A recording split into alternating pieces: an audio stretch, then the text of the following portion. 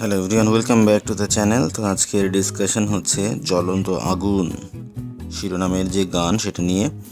তাণ্ডব সিনেমার সবচেয়ে লেটেস্ট সং যেটা চরকিতে রিলিজ পেয়েছে। তো এই গানটি কেমন ছিল? গানটি গেয়েছেন CFU36 এবং আরাফাত মহসিন। কম্পোজার ছিলেন আরাফাত মহসিন, লিরিক্স CFU36-এর। মূলত এটি একটি র্যাপ সং।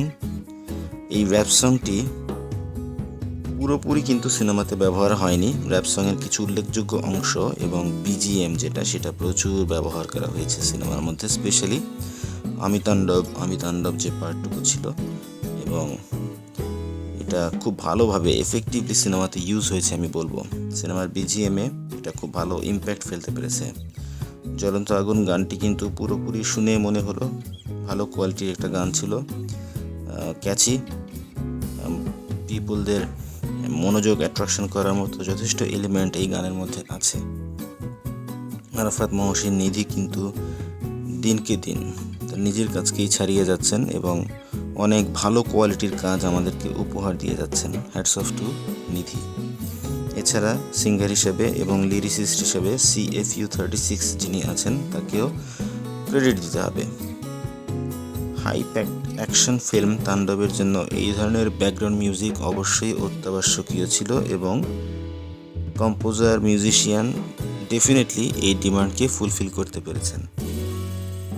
মিউজিকের যে ভিজুয়াল সেখানে যদি আমরা দেখি, শুরুতে আক্রমণকারীরা যখন বাসে করে আসে এবং অস্ত্র হাতে নিয়ে টিভি চ্যানেল আক্রমণ করে, সেই দৃশ্যটাই কিন্তু এখানে দেখানো হয়েছে। ওখানে ভিতরে গিয়ে সবাইকে জিম্মি করার পর রাজনীতিবিদকে গুলি করা এবং আয়রন সেলে আটক থাকা অবস্থায় শাকিব খানের সাথে সেলের নিরাপত্তা রক্ষীদের যে অ্যাকশন, পুরো বিষয়টাই কিন্তু এই গানের মধ্যে প্রতীয়মান হয়েছে। এই গানের মধ্যে আমরা দেখতে পেয়েছি খুবই ভালো অ্যাপ্লিকেশন ছিল এই গানটির সিনেমার মধ্যে, এবং এই কোয়ালিটির BGM কিংবা এই কোয়ালিটির র্যাপ সং খুব কমই কিন্তু বাংলা সিনেমায় ব্যবহার হয়েছে। তো credit goes to the music team, এবং অবশ্যই ফিল্মের মেকার্স যারা ছিলেন, মেকার্স প্যানেলে রায়হান রাফি ডিরেক্টর তো অবশ্যই ছিলেন, সাথে প্রডিউসার যারা ছিলেন তারাও কিন্তু খুব ভালো পিক করেছেন এই গানটির ক্ষেত্রে। আমি বলবো গানের আবহটা সিনেমার আবহের সাথে পুরোপুরি মিলে গেছে।